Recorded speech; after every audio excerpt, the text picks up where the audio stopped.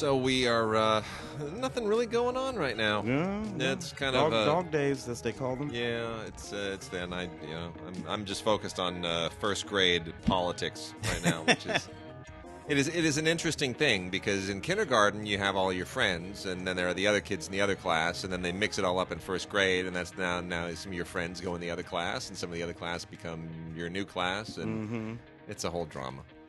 It's drama I've never been exposed to before, at least one that I don't remember being exposed to before unless I was there. So, yeah.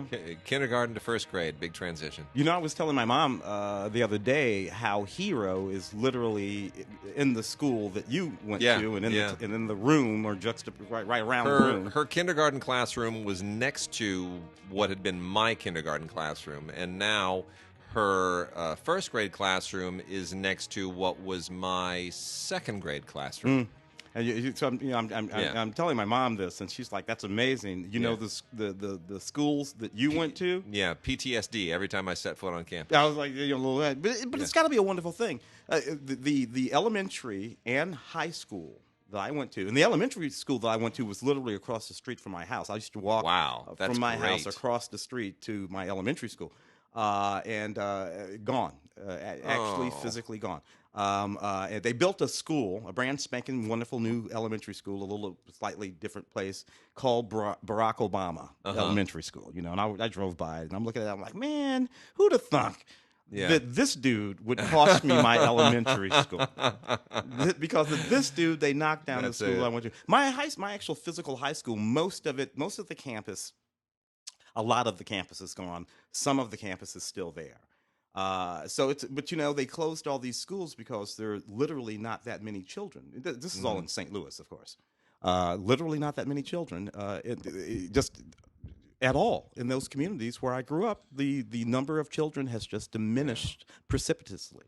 Well, in our city, some of that has kind of happened. There used to be 3 elementary schools when I was growing up, and then they made them into 2. And then because the number of kids dropped, and then kids showed up again.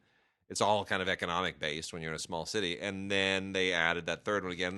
Now they just consolidated the other 2 elementary schools again because they're turning the one into a middle school so that they don't have the middle school and the high school all packed into the same campus. Yeah. Never really understood that. If your middle school and your high school are packed onto the same campus, isn't it just one school? Yeah. You don't want middle school kids, so for me, I know they don't really associate with each other. They somehow keep them separate. It's because that's the other thing she told me. What we call junior high, which I prefer in the Midwest, as opposed to middle school, which was the 7th and 8th grades. So that's for me it was 7, 8, and 9. Really 9. Yeah, interesting. I 7, noticed 8, that 9. around some places, but for us it was 7, 8, and then freshmen. So 9, 10, 11, 12 were at the high school. So that the actual physical structure, again, gone. Where I went to junior high does not exist anymore. I taught junior high at that junior high in the middle 80s or something like that, which was kind of weird. So that's the school that I went to and a school that I taught at, all gone. So I don't know. It's just a very sort of bizarre thing. But yours are hanging in there. I mean, they metamorphosize It depends on how many kids there are. It's a small community too, and two of the teachers at the elementary school also attended that elementary school with me. Yeah. And one of whom, her little boy, actually was in the same kindergarten class as my daughter. Well, yeah. So we grow roots. It's a replacement rate thing, though, dude. Because think about it. Yeah. So Hero replaces you. Yeah. So that's a nice thought. But you don't have 2 kids. That's true. Replacement rate you'd have to have 2 because you'd have to have one to replace. So that's still actually a diminished population over the course of the next 20 years. Very true. Because people don't have as many kids as they used to. I mean, you knew when I was growing up and when you were growing up, like late 60s, early 70s. There were Irish Catholic families in my community with like 14 kids. And this was like not weird. An ordinary family had 6 or maybe 4 kids. It was weird if there were only 2 kids in some family. You'd be like, where are the rest of your brothers and sisters, And single children like you, almost non-existent in my community when I was growing up. I can only think of one girl who was a single child when I was growing up. Yeah. But that Irish Catholic family with, the McDougalls or whatever they were, 14 kids. 14 kids. Well, we are. I'm going to start with foreign this week. We got a good little handful of interesting foreign stuff to dig into. This is such an intriguing film. It's called Crosscurrent. It is a really, really interesting poetic realism. It's a Chinese. I guess the only way to describe it is Chinese poetic realism. But there are. It's not magical realism, but it would be considered magical realism if they were speaking Spanish, I suppose.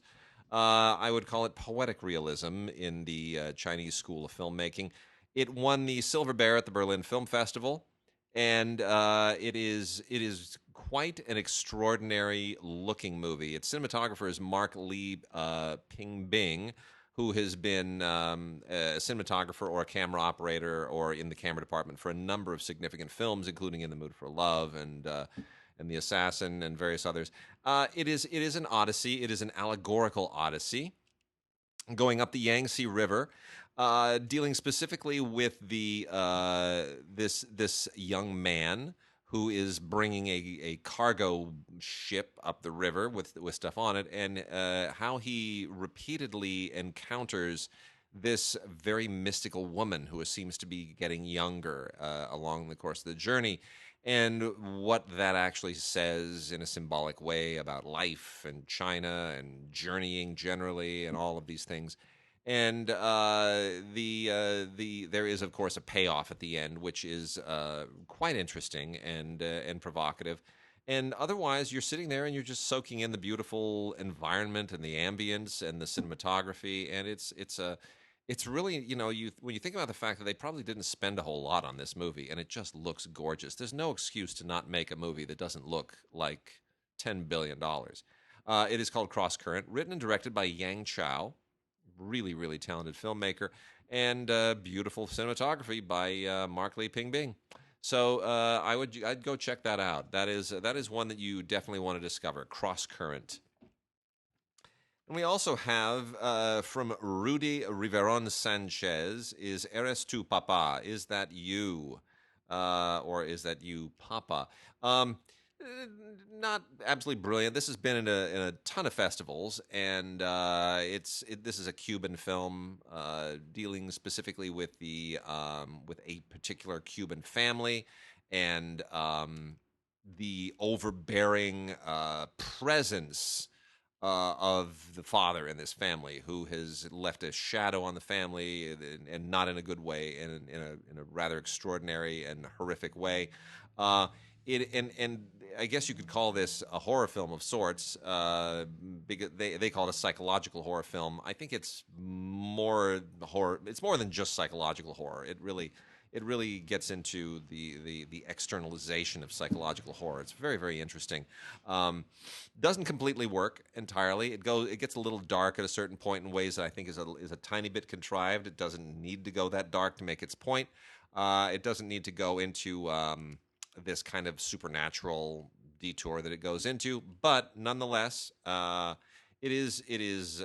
I think it suggests that Cuban cinema may be due for a comeback. The fact that a movie like this could be made in Cuba today is significant. There are things here that would never have made it into a Cuban film, in the heyday of Castro. So obviously the reins are loosening a little bit down there, and that's always a good thing. Next foreign film here is One Nation, One King by Pierre Scholler. And this also was at a handful of festivals. This was, I don't think it won anything at any of them. This is from Icarus Films Home Video, and would make probably a good double feature with Danton, if you the Depardieu film, if you wanted to put them together. Danton is very specifically the political scenario that existed right at the beginning of the French Revolution. This looks at a young, kind of a peasant woman and a peasant man who represent the people, and this looks at what's happening on the streets in a very non-musical way. This is not Les Miserables. This is a very different take on what's happening on the streets in the aftermath of the French Revolution, and it is not necessarily a free of speed bumps and hurdles. It it is a difficult moment, and it continues to be a difficult moment and a bloody moment. And so it's a pretty solid French film. It's not the kind of thing that is going to win any Oscars, but in terms of kind of parochial French historical cinema, it's top tier. Pierre Schuller is the filmmaker. One Nation, One King. And then we also have Tiger Milk by Ute Wieland, which is kind of a little bit, it's a teen liberation movie. It's about a couple of teenagers, a couple of 14-year-old girls, and just how they're coming of age in Berlin. I don't know that there's much more than that. It's very blunt and very frank, and it's about sexuality and coming of age. And the one thing that sort of sets it apart is the fact that one of the girls is of Iraqi ancestry, and there is fear that she and her family might be deported and sent back to Iraq. So the cultural aspect that divides these two best friends is the thing that really sets it apart. But apparently it's based on a novel. This is from Altered Innocence, and it is very competently made. It's a little bit obvious, but what it says about modern-day Europe and changing demographics and refugee crisis and all of those things that are in the news constantly, I think it treats it in a very, very mature way. The Brink is a super cool action film from Wellgo Entertainment.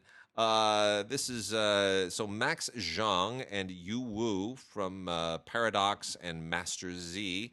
They basically look. It's a cop film. I mean, you gotta stop a smuggler, and it's triad gang warfare, and on and on and on. It's a lot of fighting. It's a lot of gunplay. The plot doesn't really make any difference. It's just really, really very well done and very well executed. It's called The Brink. It's a super cool action film. If you like modern day Chinese martial arts and gunplay films, you'll love it.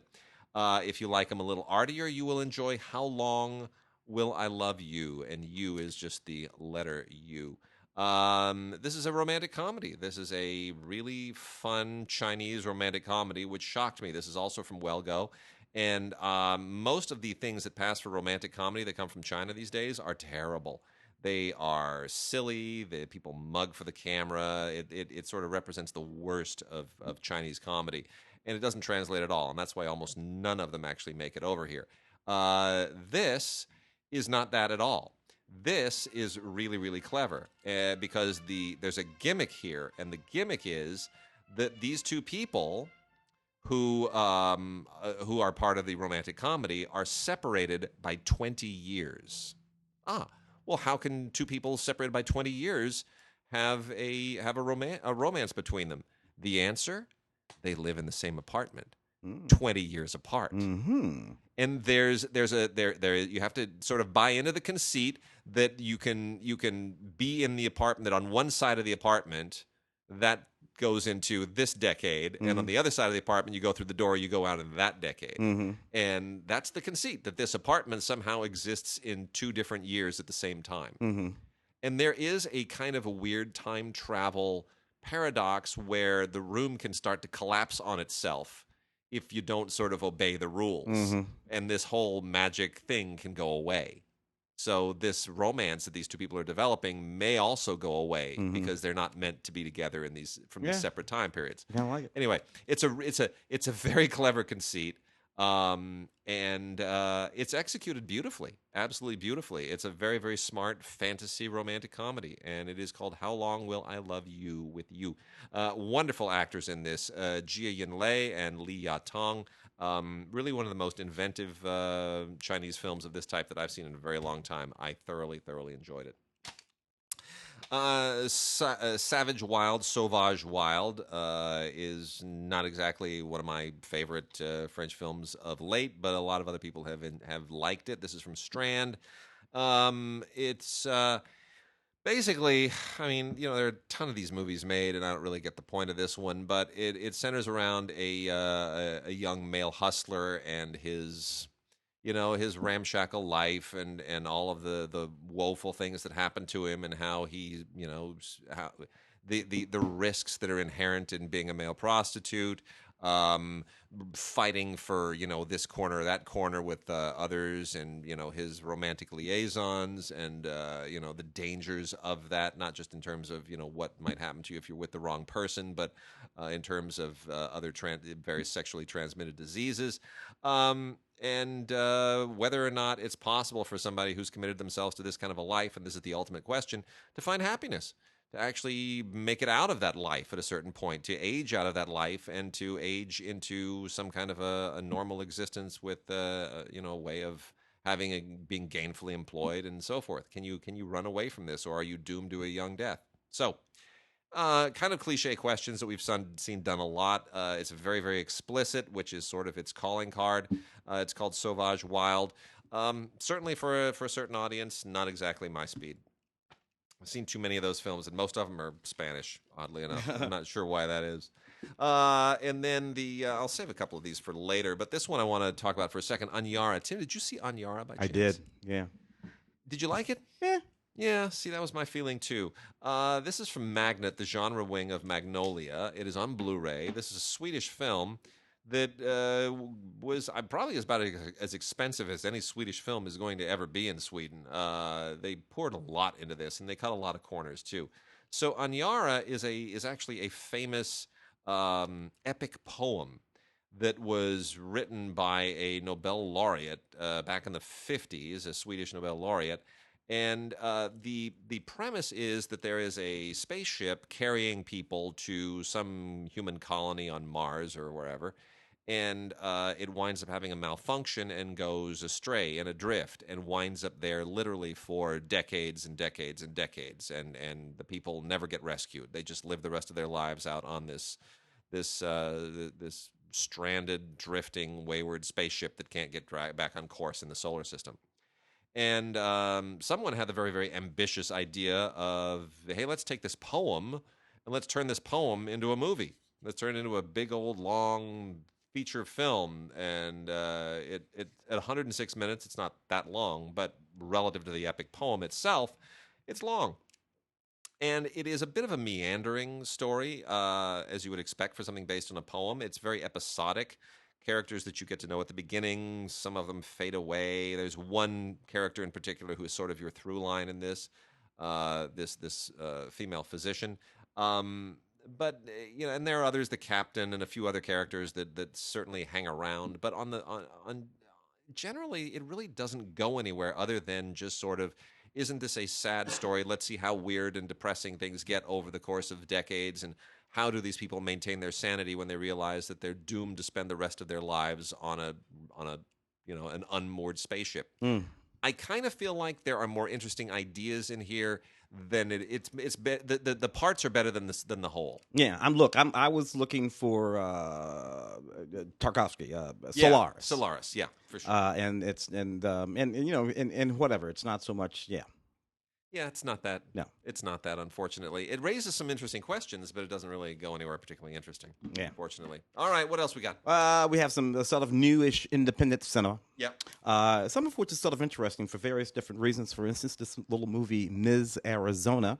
I hated this film. It's you know what I like about it? Film so much. Steve Guttenberg's in it. Yeah, but he's just playing this swarthy. He's such a gay cliche. It's just it is Steve Guttenberg just going to the nth degree and being as Guttenberg as we've ever seen him. But man. Yeah. Okay. And it's about this woman. She was Miss Arizona 15 years ago. She's married. She's got a kid. She's bored. She gets assigned teaching life skills to these people at this shelter. And these women that don't have any interest in any of the crap that she's talking about. Next thing you know, you're on sort of like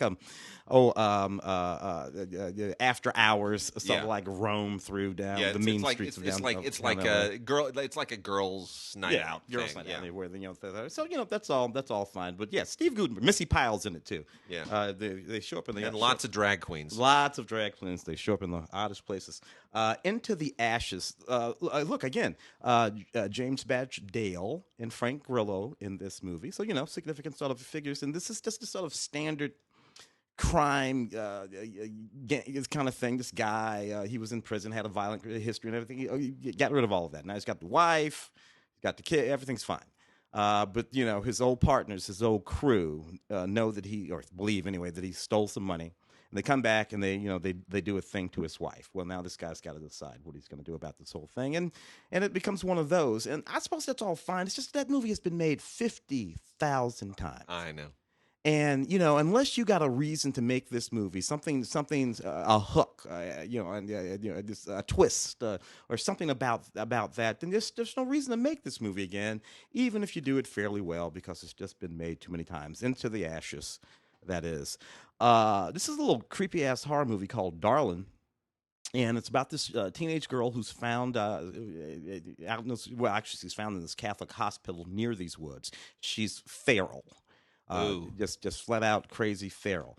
Nevertheless, the church takes her in, the bishop, the nuns, and they're gonna use the power of the church to bring her around to being civilized.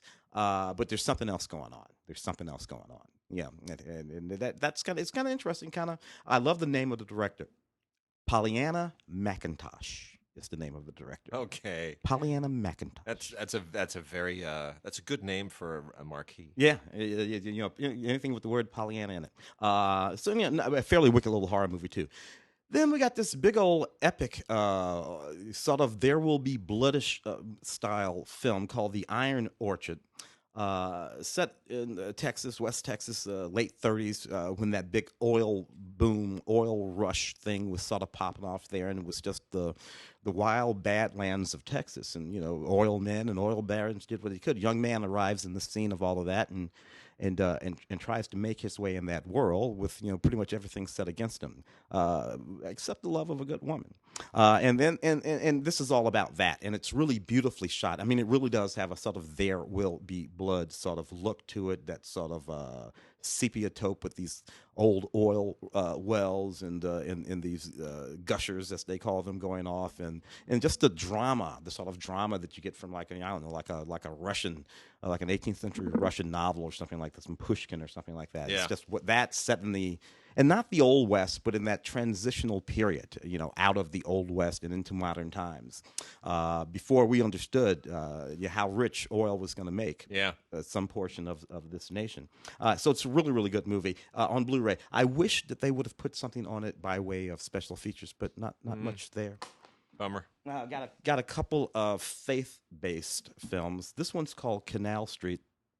Michael T. Williamson, Mekhi Phifer, a lot of, Lance Reddick. They're getting some A-list actors in these things now. These are actors. Lance Reddick is the guy that we were talking about last week in John Wick 3, the Brother West Lance. Right. Yeah. Mekhi Phifer in this movie. So this is about a young man who gets accused of a murder of a classmate of his. His father, who is an up-and-coming lawyer, believes his son when his son says he didn't do it, and he sets out to defend his son in court, and all of the forces that he marshals to help him, which includes his faith.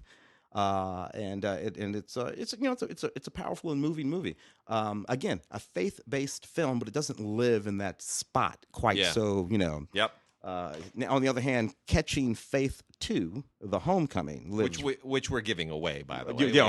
We have 5 giveaways on that. And it kind of lives right on that spot. Yeah. This is a faith-based film that is a faith-based film. They just put it right there in the title. Yeah, so that you can make no mistake. But the first one apparently did well enough to justify this one. Oh yeah, did real well. Anyway, it's about this family and the trials and tribulations of the Taylor family and what they're going through. And he loses his football career, and she's got this job, and her mother has Alzheimer's, and all of that's going on. And what are you going to do? Well, at the end of the day, you pray.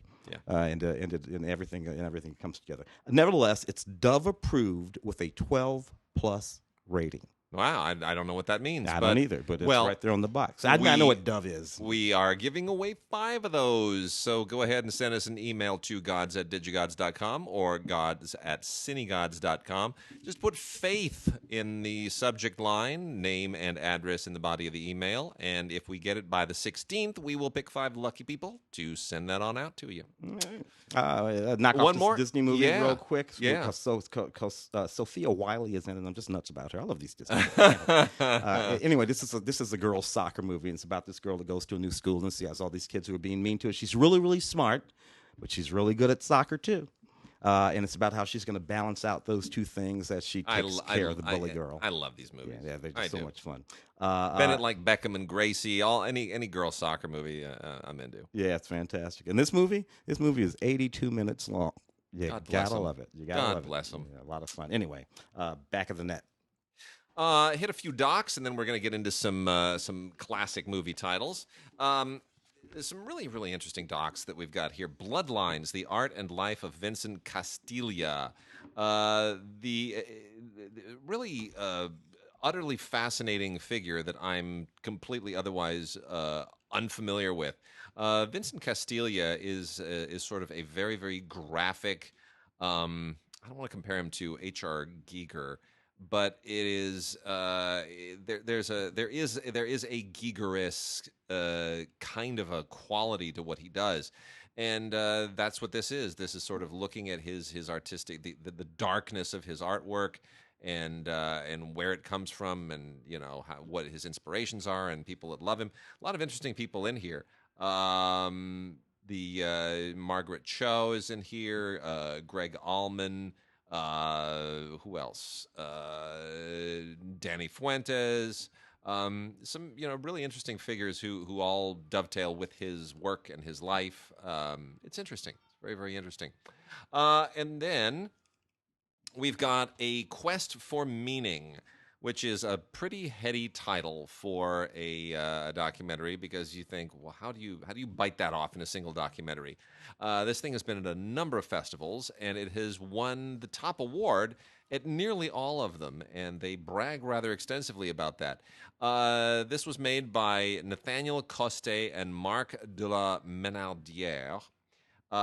This is a globe-trotting, rather extensive attempt to get around the idea of how people deal with crisis and a lack of meaning in the modern world. And it is a huge thing to bite off. It's rather extraordinary that they go as far and as wide as they do in this.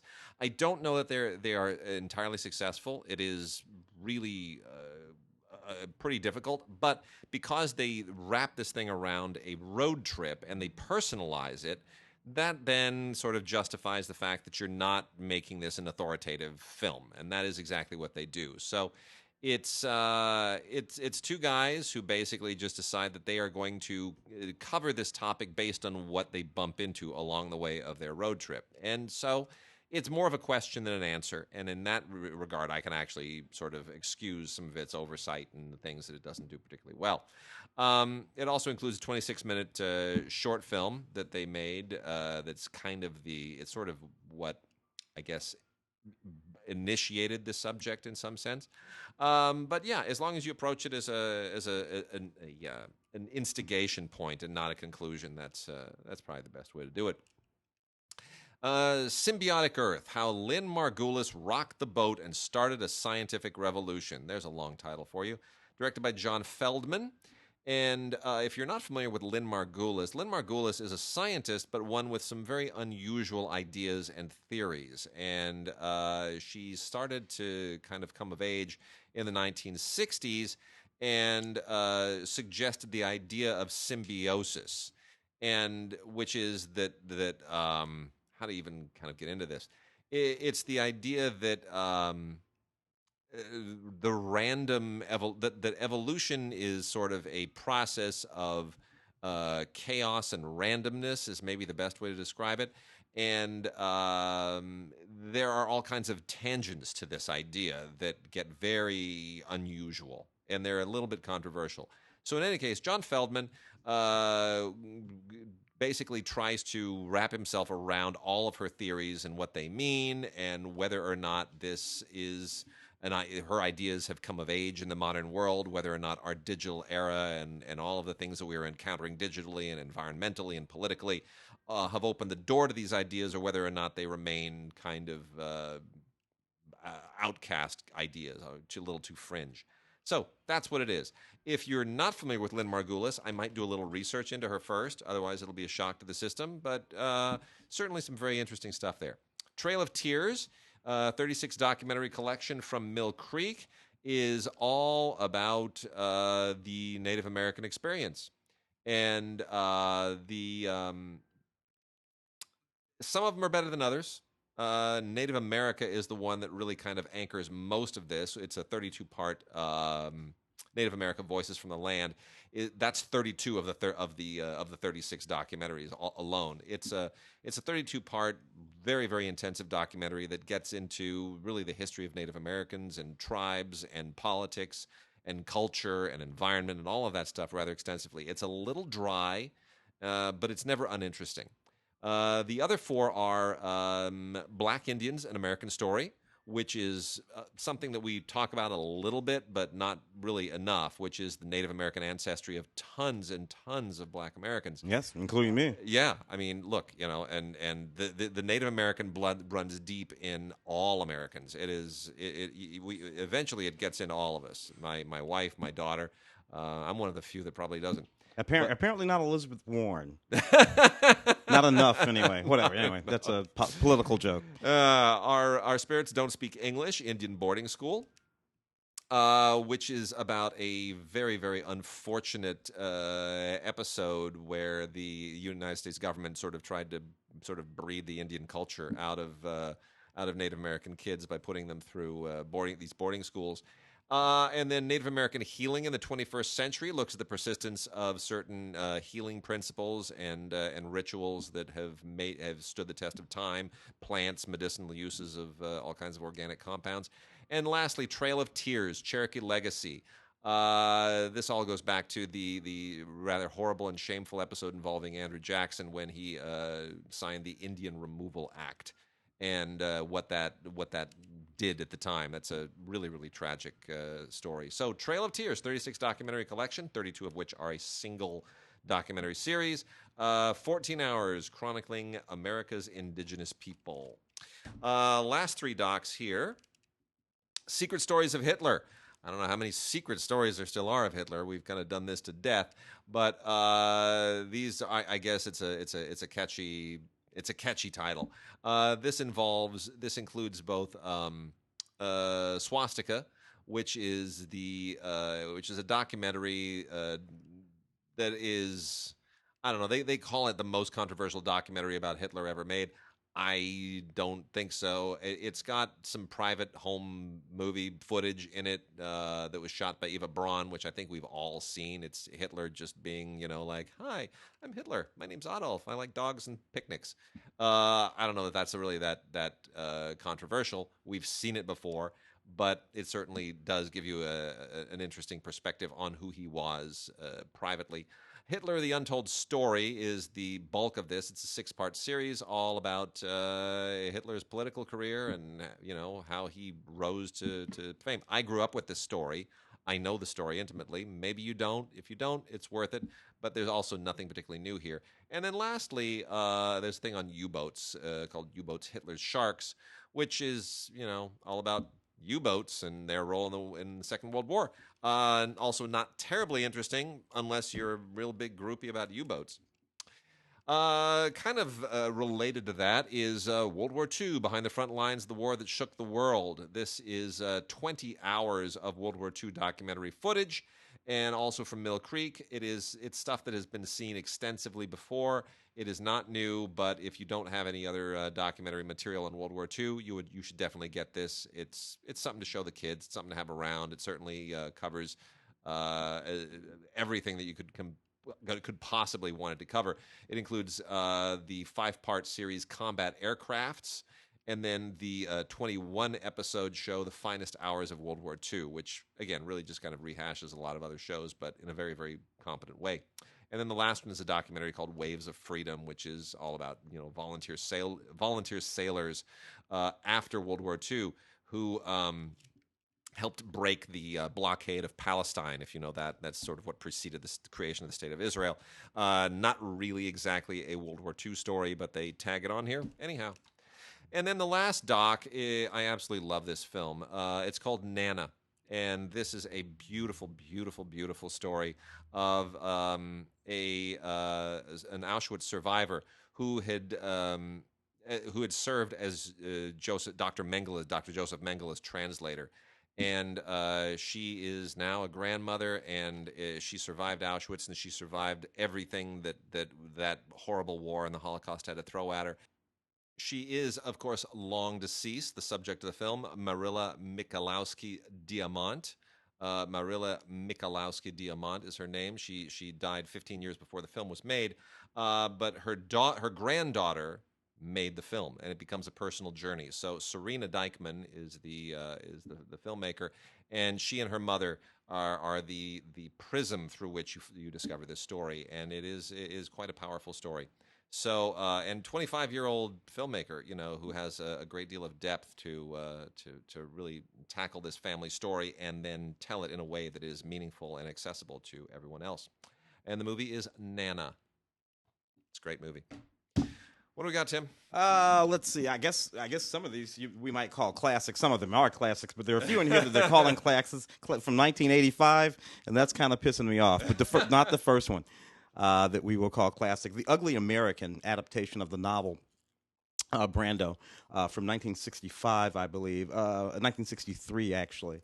Really, really good political thriller. Brando is playing an ambassador to the small South Asian country, not unlike Vietnam. Not Vietnam, but not unlike Vietnam. In the South in the North are the communists. In the South, it's a weakened democracy, not unlike Vietnam. And his job is to build this road to the interior of the country to keep the connections together there. And it's all about how, from the moment that he gets there, there is this activist in the South who may or may not actually be a communist who simply does not trust him. And it's really about how Western culture, insinuated itself into these East Asian places and attempted to impose democracy, Western-style democracy, support or prop up democracies, where a good number of the people, frankly, sometimes the majority of the people, didn't want a Western-style democracy.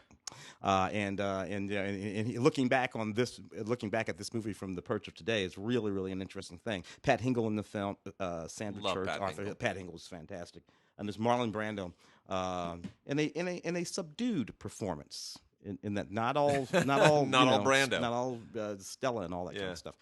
The New Kids. This is one of these films that they put in the classic. These are those. What are these again? This is Mill Creek. They're retro VHS line. Yeah, the retro VHS, because they all look like they're in VHS boxes. Yeah, it's how the partly slipped out of the VHS boxes with the ratings and stuff on them. So interesting thing about this film of The New Kids, 1985, I believe that it is. A brother and a sister lose their parents. They have to move to this hick town in Florida. Where there are a bunch of these country bumpkins, and they come after him, and they come after his sister, and eventually he has to defend his sister, and his sister has to defend the sister, played by a very young Lori Loughlin, of the school cheating scandal, in Full House and other things, but a very young Lori Loughlin here. The score for this film, The New Kids, Lalo Schifrin, dude, sweet. I mean, he did a lot of stuff we forget about. Yeah. He was a journeyman. He was a journeyman guy, and so he knocked this one out. So Columbia Pictures. I remember this movie when it was in theaters. I went to see it. It was pretty good. Interesting. White Line Fever from the same period, probably 1987. Actually a little bit sooner. This 1975. So. It's about this Arizona long haul truck driver and him doing his thing out there, and he gets this gig with Slim Pickens to haul some stuff, but through some tomfoolery, it ends up being an illegal load of drugs. Right? He don't want to do it. He ain't gonna do it. So the bad guys come down and they beat him up, and they beat up his wife, and they kill the unborn baby. What's he gonna do? He's got to go kill them all now. And that's what this is about. They used to make these movies all the time back then. Basically, they were all set up as revenge movies in one way or another, not unlike The New Kids that I just pointed out there. Neat thing about this movie, directed by Jonathan Kaplan. This movie, kidding. 1975, directed by Jonathan Kaplan. Man, coming out of the Corman School. Just coming out of that Corman School. Yep. Jan Michael Vincent. So sad. Yeah. Oh well, what are you gonna do? Now, this one pisses me off, too. I don't classic. Roxanne, for God's sake. Steve Martin's Steve Martin's Roxanne, 1987. I remember the day we went to see this movie. Literally, it was Saturday evening, and this was just one of the most wonderful, romantic, modernist takes on the Cyrano de Bergerac story that I just ever. And the thing about Roxanne still works to this day. I know. This movie still works. Daryl Hannah, of course, is just so funny and so sweet. That fantastic scene in Roxanne when Steve Martin has to all the jokes, and how many jokes can you come up with about my nose? Just one of the most excellent and meticulously executed moments of comedy ever captured on film, that is. And he's wonderful in this movie. Fred Shepsey, forget about Fred. Fred's still around. Fred's still working. I interviewed him not too terribly long ago, Fred. Manson family movie. Oh gosh, I hated this movie. It's a movie that presumes, the conceit is, the thought was that the Manson family had actually there had been a television truck stolen in 1969, right before the slaughter, right? Yeah. And the truck was found. So the idea is that they took that equipment out of the truck and went around and videotaped, probably in, I don't know. I can't believe that any of the people in the Manson family would have understood how to use videotape equipment from 1969. No. So that's nuts. Anyway, this presumes that, and presumes to have found and sort of pieced together the film that Charlie Manson intended to make. And it's just dumb. So I wouldn't bother with it. But look, if you're just like fixated on it, it's a 2-disc limited edition Manson family movies. It means to be a sort of Blair Witch of the Manson family movie era, but whatever that. Got a really cool silent film here. This is an Indian silent, and that's a big deal because the silent era, the movies of the silent era are typically so there are French silents and there are Russian silents and German silents and American silents. And that's sort of the top tier. And then you're like, oh yeah, okay, I understand there were some Italian silents. Mexican. Yeah. And there were some Mexican silents. And there are quite a few Japanese silents we don't see a lot of. And there were even some British silents, Hitchcock started, Hitchcock started in the silent era. So you kind of expand out there. They're not the ones that you hear the most about. It's primarily Russian and German and French. Those are the ones, and American. Those are the ones that you hear most about. Then you sort of draw it out, and then you find out it was an Indian silent. I didn't know that. There were films in India. There sure were.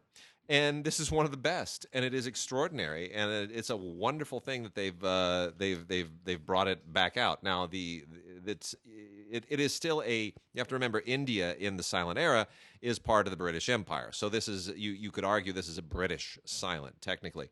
But it is an Indian story, even if it's not an Indian filmmaker. The director is Franz Osten. And the movie is Shiraz, A Romance of India. And it is shot entirely with an Indian cast in India, restored by the British Film Institute, BFI National Archive. And they have a new score that they commissioned from Anushka Shankar, which is beautiful and is perfect. And the film was produced by an Indian movie star at the time named Himanshu Rai, which I didn't even realize that Bollywood was kind of a full-blown thing already in the silent era, which it was. And, just like the Japanese film industry was. The two oldest studios in the world, by the way, are both Japanese. Yeah. They go back to the 1890s when they Shokiku, and I think, what's the other one? I forget the other one. But Shokiku is the oldest studio in the world. And, it's well over 100 years old. Yeah, older than Pathé. So Himanshu Rai, older than Pathé. Himanshu Rai produced this and acts in it. And it's a romance about, I don't want to tell you what, but a guy and a woman, and the fate of the woman, and the sort of tragic thing that transpires. And anyway, it's what it says about Indian history, and what it seems to say certainly about Indian history at the time of being subject to the British Empire, is what makes it so interesting. It really has a lot on its mind, and it's once you know a little bit about the backstory, it's very powerful and very effective. And the movie is Shiraz, A Romance of India. Comes with a bunch of special features on it, some very, very interesting stuff. There's a restoration demonstration from 2017, a thing from 1944 on musical instruments of India, which is really, really interesting.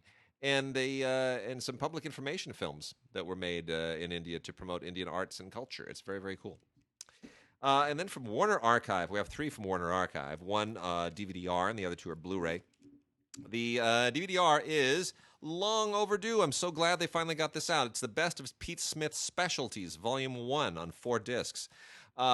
Pete Smith's Specialties were, back in the day when you'd watch a movie, it wasn't just a movie. There was a short, and there was an animated film, and a newsreel, and it was a whole evening at the movies. It was like a whole binge-watching event. There was a lot of stuff going on, and sometimes even in the 1930s, you'd have a live musical prologue. There were a lot of things going on. And Pete Smith was a publicist at Warner, not at Warner Brothers, but at various studios. And he was a publicist who then became a narrator for MGM. And MGM, then the MGM library fell in with Warner Brothers, and all these things kind of came into the Warner Brothers library. But what he did at MGM, he converted himself from being a publicist to kind of a short film producer / documentarian / travelogue guy. Anyway, these movies are really quite amazing. They're just kind of I guess the funniest home videos. The original America's Funniest Home Videos is probably the way to do it. There's all kinds of stuff in it, like things on animals, like David Letterman's Stupid Animal Tricks. There's stuff that's kind of like that. There are insightful little advice, anecdotes about all. I mean, it's just they run the gamut, and they're all over the place. And there are 4 discs, and there've got to be like 100 different things on here. They're very short, and they're very quippy and sort of light and flippant, and they're just little slices of life and cool little anecdotes about things. And people loved them, and they were just hugely, hugely popular at the time. And some of them are about the dumbest, most trivial stuff. But they are historical artifacts now, and they're anecdotes, and they're really, really charming, and they're just beautifully put together. And Pete Smith became kind of he had his one little corner of the world, and he did an amazing job with them. And this is the best of Pete Smith Specialties, Volume 1.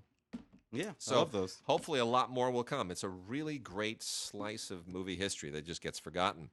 And then the 2 Blu-rays from the Warner Archive collection are really, really cool. I'm kind of amazed that these almost fell through the cracks. So bravo to the Warner Archive people for digging these up. This is an old RKO. The first one is an old RKO film directed by John Ford. It is called Wagon Master, and presented by John Ford and Marion C. Cooper. If you didn't know that Ford and Cooper ever had a relationship. Wagon Master is, again, not exactly one of the all-time great Ford films, but made in 1950. It's right there in the pocket of when he's doing some of his best Western work, and it's one of his personal favorite films. It's one that meant a lot to him personally, and has a wonderful cast: Ben Johnson and Ward Bond from Wagon Train, and Harry Carey Jr., and it is exactly what the title says. It's about the master of a wagon train, and what happens to this pioneer wagon train along the path of trying to get to where it's going. And it's really sensitively done film. It's not a rollicking Ford epic in the sense that some of his other westerns are, but it has all of the sensitive touches to it that you would expect from his stuff. It really, it's really a rock solid entry in the Ford oeuvre. The other one on Blu-ray, is also an MGM CinemaScope film done in beautiful widescreen, really, really terrific widescreen. Originally made in 1955, and it is Moonfleet, kind of a second-tier MGM film at the time. It's got George Sanders is probably the biggest name in it. Stuart Granger, kind of a big name still at the time. Stuart Granger and George Sanders holding it down, and this is a rather how to say it? It's an unusual movie for Fritz Lang, because Fritz Lang is there's sort of two sides to his career. Fritz Lang made obviously all the great silence that he made in Germany in the Expressionist period, and then he came to Hollywood and became basically a director for hire, and added a bit of an interesting flourish to a lot of otherwise unremarkable movies, and certainly some thrillers that were done in a very, very interesting way. This is not any of that. This is kind of an oddity in his body of work, and it's a period drama that centers around the village. The title comes from a village, which is a village called Moonfleet, which is in Dorsetshire in England. And it's all about a young boy's coming of age in this 19th century, this kind of rough and tumble 19th century environment in the middle of England. And it has there are aspects to it that might resemble Great Expectations, other aspects that might resemble Robert Louis Stevenson's Kidnapped. It sort of owes a little bit to, Dickens and Stevenson and all that. But it's not as interesting.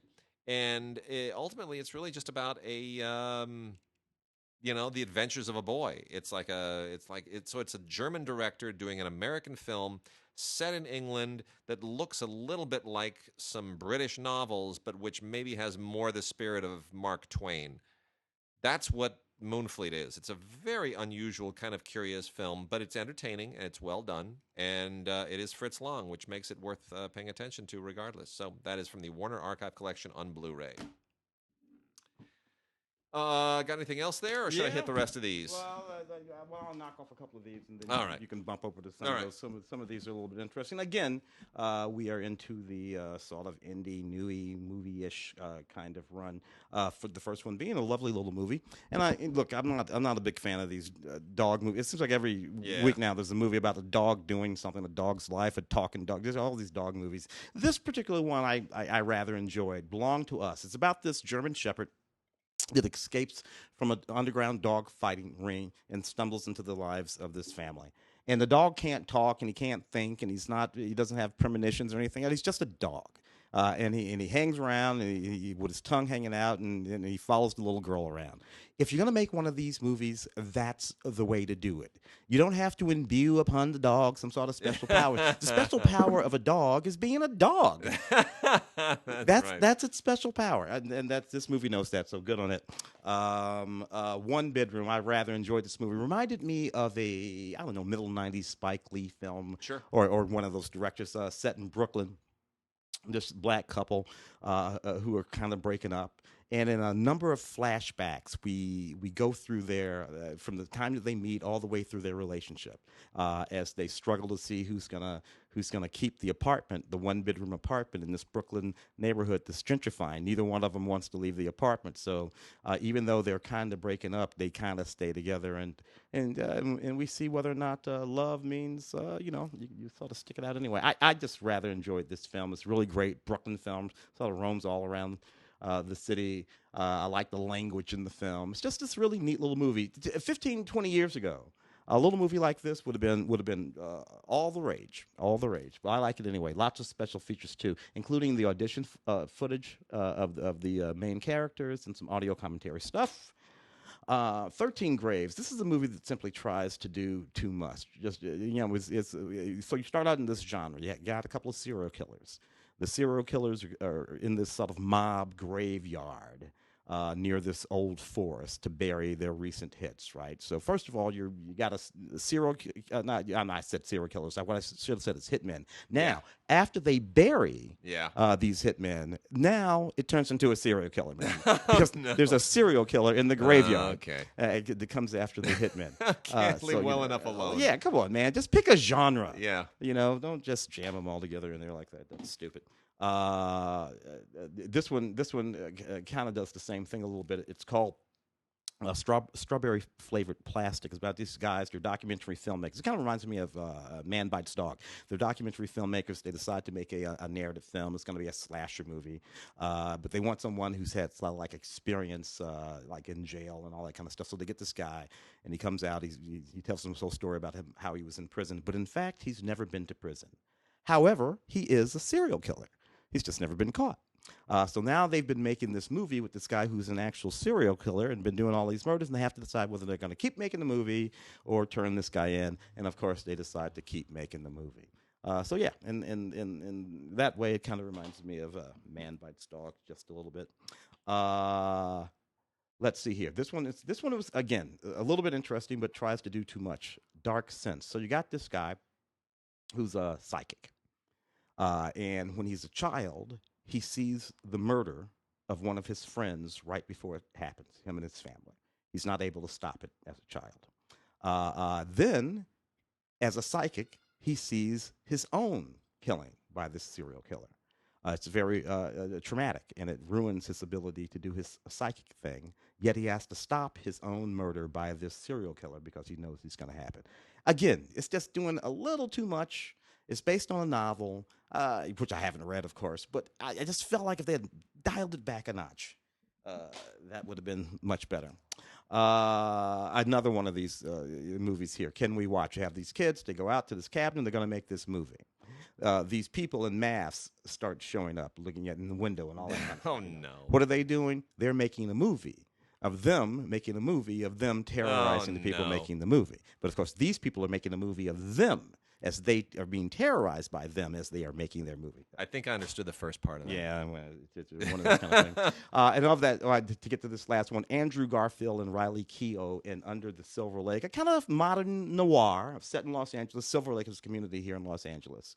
This young man sees this young woman in the swimming pool, alluring young woman in the swimming pool. They get to know each other a little bit. Next day, she's disappeared completely, just gone. He decides to go out looking for her and finds himself just traveling down into the dark, murky sort of underbelly of Los Angeles. And it's an okay sort of surreal noir set in the daylight. Not bad, but not fantastic. We're going to go out with some Kino and Criterion here. From Criterion, from Kino to start is a Western, Man Without a Star, 1955 as well. A lot of Westerns in 1955. Mm-hmm. Unlike the Fritz Lang, this one's a little bit more mainstream. It is a Kirk Douglas movie, Man Without a Star, directed by King Vidor, also a veteran of the silent era. And it's fun. It's not great, but it's fun. And basically it is Kirk Douglas running interference between Gene Crane and Claire Trevor. Claire Trevor is a hilarious Western madam prostitute. Yeah. And she gets him to get him to get off his, wandering cowboy thing and just get all Shane and defend the town. And, it's basically, fighting the evil landowner and rancher, and in this case, Gene Crane. But Claire Trevor kind of steals the movie, to be honest. She was in Key Largo. Yeah. Claire Trevor really, really kind of steals it. Kirk Douglas, got to give it up for Claire. She kills the movie. Also, the 1927 version of Uncle Tom's Cabin from Kino Classics, beautifully restored, really, really extraordinary. This has a movie tone. This is the original 1927 release, and has a movie tone score by Arnaud Rapé on it, which is absolutely perfect. As a historical artifact, this is just truly fascinating. The story itself obviously has one role to play in American history, the book. And then as adaptations of Uncle Tom's Cabin are a whole separate discussion. And this movie in particular, really from an artistic standpoint, historical standpoint, and in terms of the casting as well. James B. Lowe. Yeah. I mean, it's quite a remarkable James B. Lowe playing Uncle Tom. Mm-hmm. Lots of extras on here as well. The cut here, there are a lot of different cuts of this, as I've been led to understand. This is the 1958 reissue version, which includes narration by Raymond Massey, and there's a really interesting essay by David Pierce in the booklet, which kind of gives you a great backdrop on it. And there is also a 2K Master version of the 1914 World Film version, starring Sam Lucas, which was preserved by the Library of Congress. I was unfamiliar with a 1914 version. Me too. Did not know that existed. So this is a wonderful educational thing as well. There's also a 1910 Vitagraph version that they include here that I was familiar with, which is also not very good at all. So 2 previous versions plus this rather extraordinary Uncle Tom's Cabin from 1927. And then the last 2 from Kino are Derek Jarman films. Derek Jarman, of course, the very aggressive filmmaker, the British filmmaker who died from AIDS, without whom we would not have Tilda Swinton. He basically made her career. The first of these is The Garden, and just as avant-garde and daring as anything that he made. The Garden is from 1990. It is very dreamlike. It is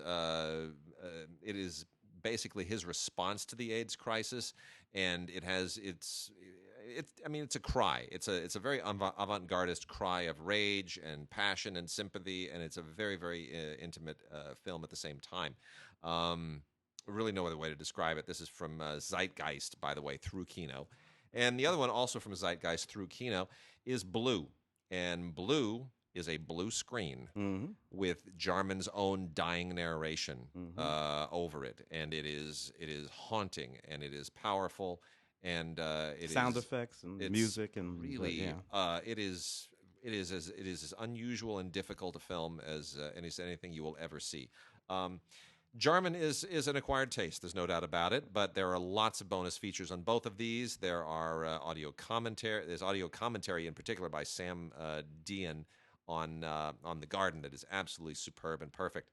And then there is a section on here called Hard to Imagine on Blue, where John Maybury kind of gives you a little bit of backdrop into how Jarman got to make the film and what brought him to that point.